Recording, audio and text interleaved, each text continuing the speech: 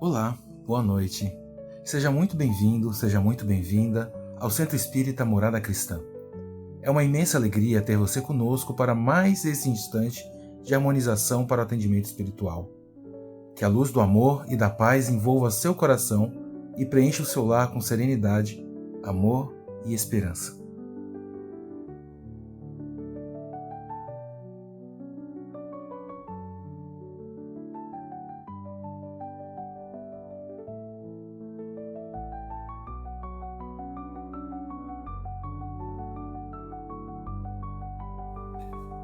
Aproveite esse tempo e coloque ao seu lado sua garrafa ou copo de água, com fé e confiança, para que ela seja fluidificada de acordo com as suas necessidades.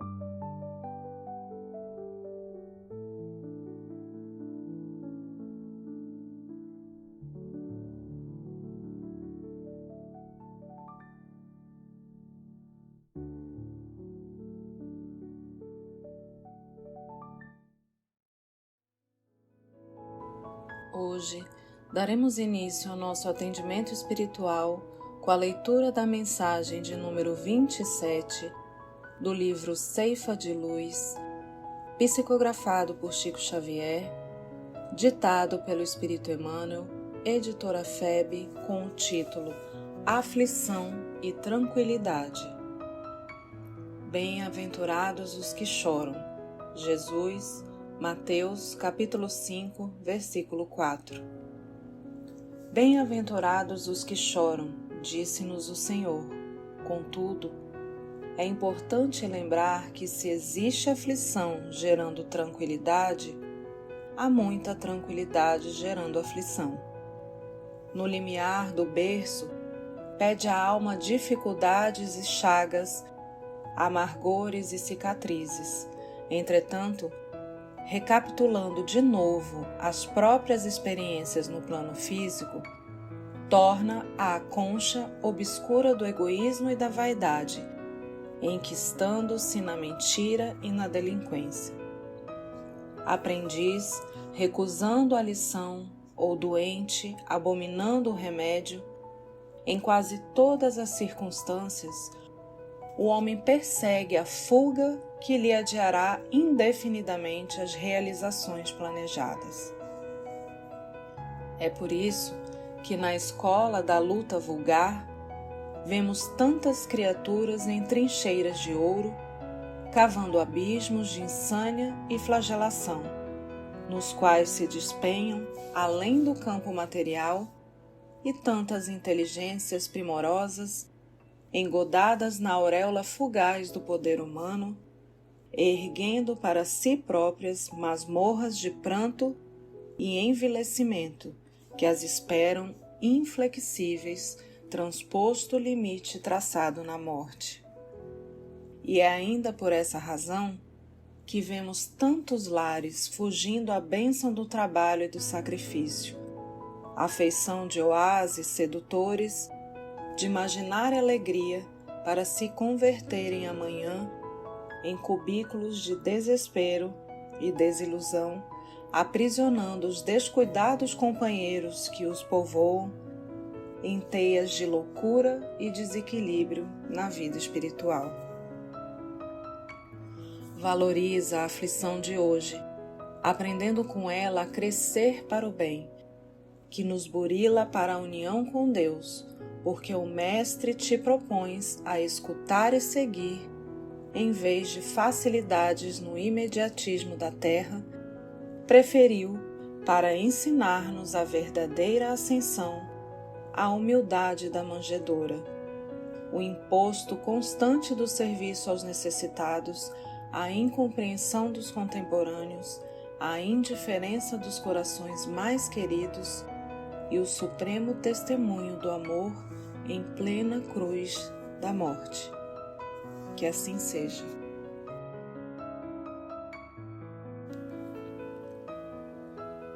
Após essa mensagem esclarecedora e profunda, convidamos você a acalmar a mente, deixando por um instante de lado as tribulações do dia e a elevar seu pensamento ao mais alto.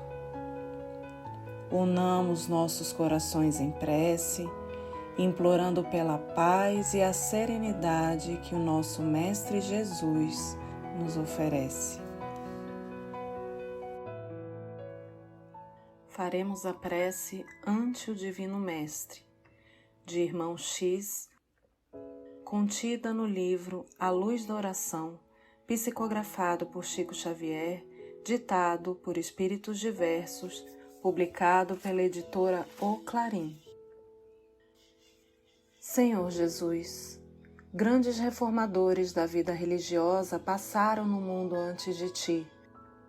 Sacerdotes chineses e hindus, persas e egípcios, gregos e judeus, referiam-se à lei traçando diferentes caminhos às cogitações humanas. Um dos maiores de todos, Moisés, viveu entre príncipes da ciência, fez-se condutor de multidões, plasmou os sagrados princípios de justiça e, após sofrer as vicissitudes de sua época, expirou no Monte Nebo, contemplando a gleba farta que prometera ao seu povo. Outro senhor, o grande Siddhartha, converteu-se em arrimo dos penitentes da terra, ensinando a compaixão depois de renunciar ele próprio, o bem-aventurado, às alegrias do seu palácio, para morrer em seguida a sublimes testemunhos de simplicidade de amor entre flores de Kusinagara. Todos eles passaram induzindo os homens à solidariedade ao dever, exalçando o coração e purificando a inteligência.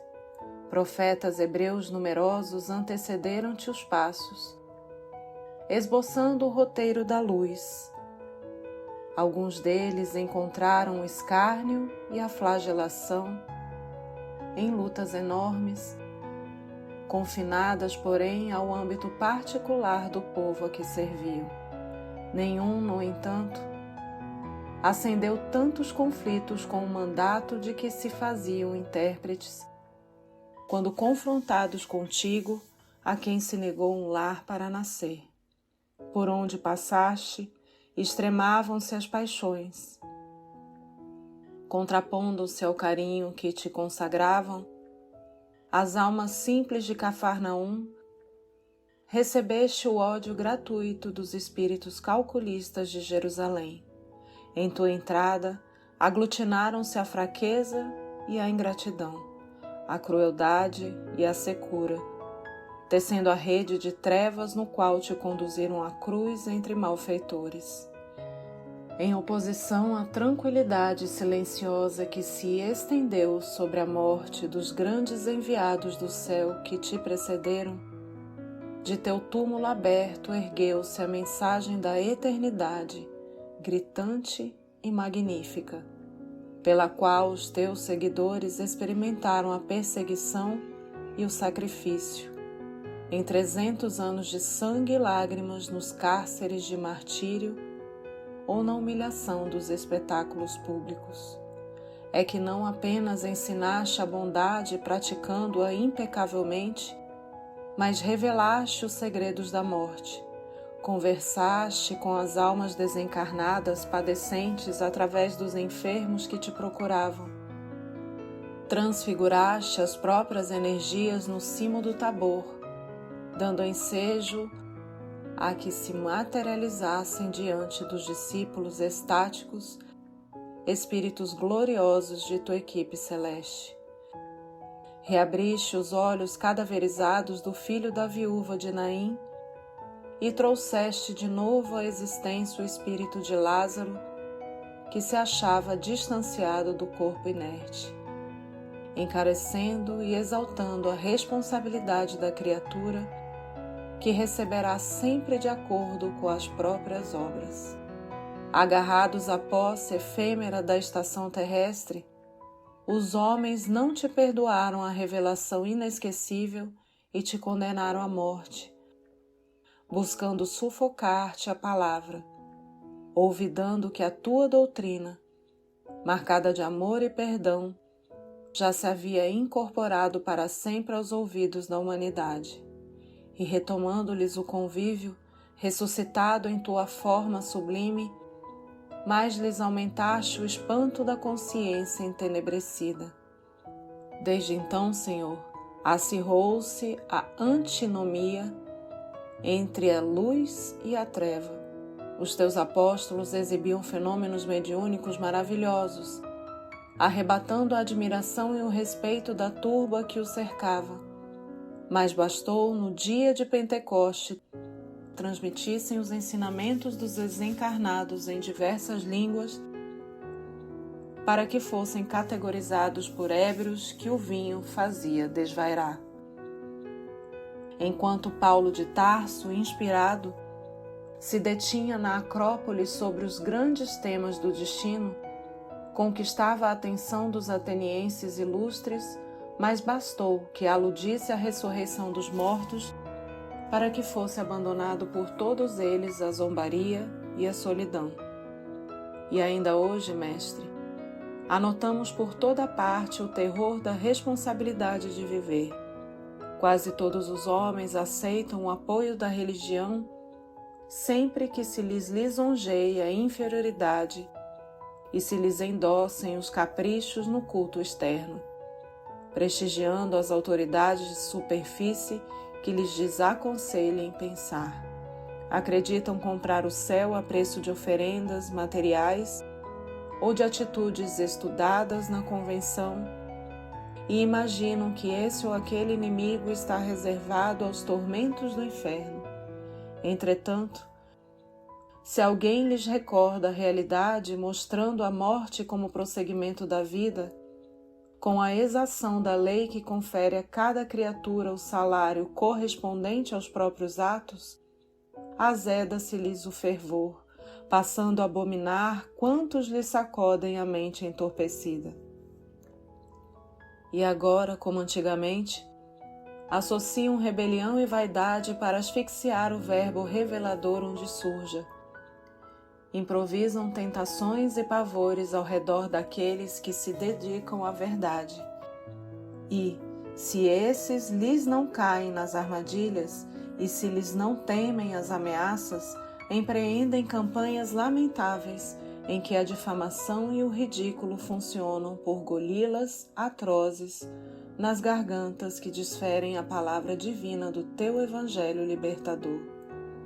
Aos espíritas, Senhor, que te exumam as lições do acervo de cinzas do tempo, cabe agora o privilégio de semelhantes assaltos, porque se reportam a responsabilidade da criatura no campo da vida eterna, e porque demonstram que a sepultura é portal da imortalidade, são conduzidos ao pelourinho da execração, caluniados e escarnecidos.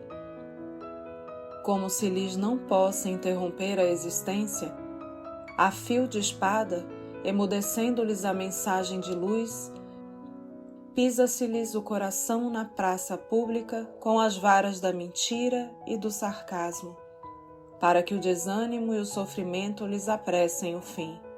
Mas sabemos que tu, Senhor, és hoje como ontem, o herói do túmulo vazio. Aqueles que te colocaram suspensos na cruz, por te negarem residência na terra, não sabiam que te alçavam mais alto a visão para que lhes observasses os movimentos na sombra. Mestre redivivo, que ainda agora enches de terrível assombro, quantos estimariam que não tivesses vivido entre os homens? Fixa teu complacente olhar sobre nós e aparta-nos da treva de todos os que se acomodam com a saliva da injúria.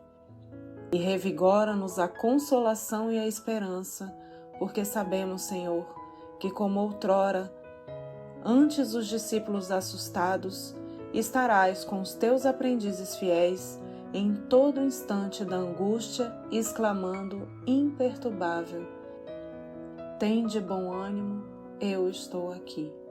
Que assim seja. Agora, passemos à leitura do Evangelho segundo o Espiritismo, por Allan Kardec, tradução de Evandro Noleto, editora FEB, capítulo 5, Bem-aventurados os aflitos, item 23, os tormentos voluntários. O homem vive incessantemente em busca da felicidade que lhe escapa a todo instante, porque a felicidade sem mescla não existe na terra. Entretanto, apesar das vicissitudes que formam o cortejo inevitável da vida terrena, poderia ele, pelo menos, gozar de relativa felicidade se não a procurasse nas coisas perecíveis e sujeitas às mesmas vicissitudes, isto é, nos gozos materiais, em vez de procurá-la nos prazeres da alma, que são um gozo antecipado das alegrias celestes imperecíveis. Em vez de procurar a paz no coração, única felicidade real neste mundo, ele se mostra ávido de tudo o que possa agitar e perturbar, e coisa curiosa: o homem parece criar para si propositadamente tormentos que está nas suas mãos evitar. Haverá maiores tormentos do que os causados pela inveja e pelo ciúme? Para o invejoso e o ciumento não há repouso, estão perpetuamente febris. O que não tem e os outros possuem, lhes causa insônias. Os sucessos dos rivais lhe dão vertigem. São movidos apenas pela vontade de sobrepujar seus vizinhos. Toda sua alegria consiste em excitar nos insensatos como eles a raiva e o ciúme que os devora. Pobres insensatos, com efeito não pensam que amanhã, talvez, terão de deixar todas essas futilidades cuja cobiça lhes envenena a vida. Certamente, não é a eles que se aplicam estas palavras: bem-aventurados os aflitos, porque serão consolados, já que as suas preocupações não são aquelas que têm no céu as suas compensações. Quantos tormentos, ao contrário, consegue evitar aquele que sabe contentar-se com o que tem, que vê sem inveja o que não possui, que não procura parecer mais do que é. Esse é sempre rico, porque se olha para baixo de si e não para cima, vê sempre criaturas que têm menos do que ele. É calmo, porque não cria para si necessidades quiméricas. E a calma, em meio às tempestades da vida, já não será uma felicidade? Espírito Fénelon, Lyon, 1860. Que assim seja.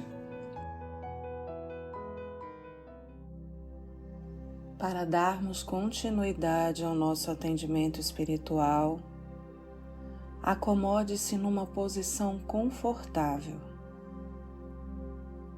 Permita que seus braços repousem ao lado do corpo, enquanto você se prepara para um momento mais profundo de harmonização.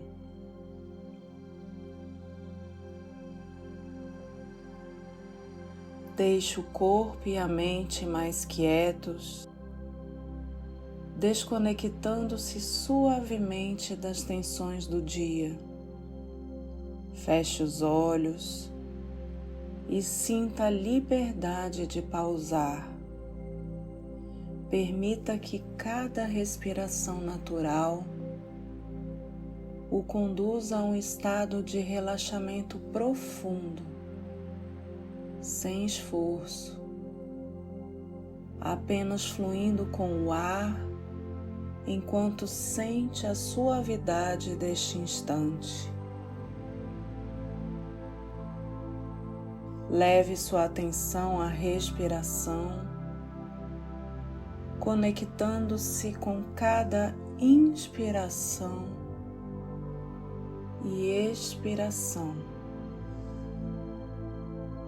Simplesmente aproveite esse momento, sentindo o fluxo do ar entrando e saindo do seu corpo.